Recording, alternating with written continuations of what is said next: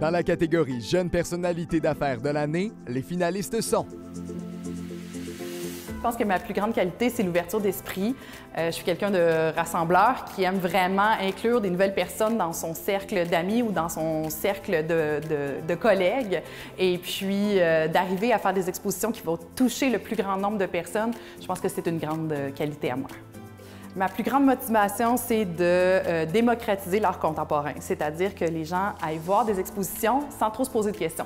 Donc, dans le fond, on peut aimer, on peut ne pas aimer les arts, mais de juste découvrir puis se poser des questions, ce serait ça ma plus grande motivation. Ce dont je suis plus fière depuis que j'ai pris la direction à la Galerie d'art du Parc, c'est d'avoir ouvert le manoir à des expositions qui sont plus diversifiées puis qui attirent plus de public ou des gens qui n'étaient pas nécessairement habitués à rentrer dans la galerie. Ce dont je suis fière aussi, c'est l'espace famille. L'idée des espaces famille m'est venue après avoir accouché, quand je voyais qu'il y avait un manque d'endroits gratuits pour amener mon enfant sans avoir peur qu'il pleure ou d'être jugé ou quoi que ce soit. Puis, étant donné qu'on avait une salle de libre au rez-de-chaussée de la Galerie d'art du Parc, je me disais que c'était le meilleur endroit pour créer un espace gratuit, accessible, créatif, avec un peu de livres et des jouets pour les enfants. Donc, offrir aux parents un espace complètement gratuit et accessible pour venir discuter puis passer du temps, un bon moment à la Galerie d'art du Parc. Ma motivation première, c'est de changer le monde. C'est ça qui m'a poussée à retourner à l'école en 2017. Et à ce moment-là, je n'avais aucune idée de quelle forme ça prendrait. Puis à quelque part sur mon parcours, j'ai fait la rencontre d'une entrepreneur qui voulait lancer un projet porteur.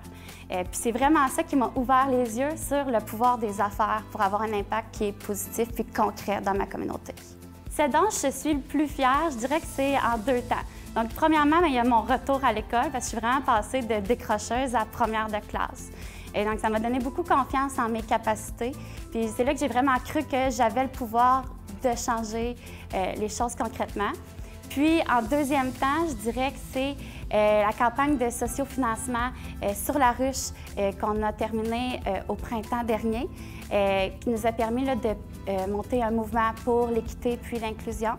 Donc, on a rassemblé plus de 250 000 $. Ça m'a vraiment montré le pouvoir d'une communauté qui se mobilise pour un projet qui est porteur.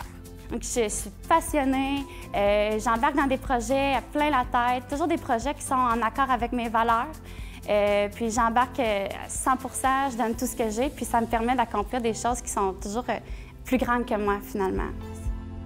Je pense que ma motivation principale, c'est de rendre des services que moi, j'aurais aimé ça peut-être avoir. C'est de contrer un peu ces mauvaises expériences-là qui peuvent se dérouler, de permettre aux personnes de refaire confiance aux professionnels de la santé, de refaire confiance à peut-être un plus petit système. Nous, on est une petite clinique, donc ça nous permet d'être plus adaptés aux besoins des personnes. Ça nous motive beaucoup. Il y a quand même une motivation de prouver qu'on est capable de changer les choses, de prouver qu'on est capable d'être qui on est, d'être aussi coloré qu'on l'est, de mettre de l'avant la diversité sexuelle et de genre, puis de quand même d'être un plus petit joueur, mais d'être à égalité finalement avec les plus grandes organisations.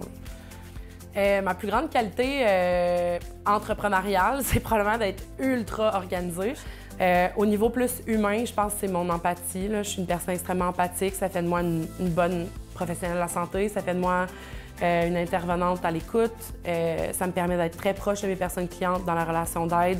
Puis mon empathie me permet aussi de développer des services qui répondent aux besoins des personnes plus précisément, je pense.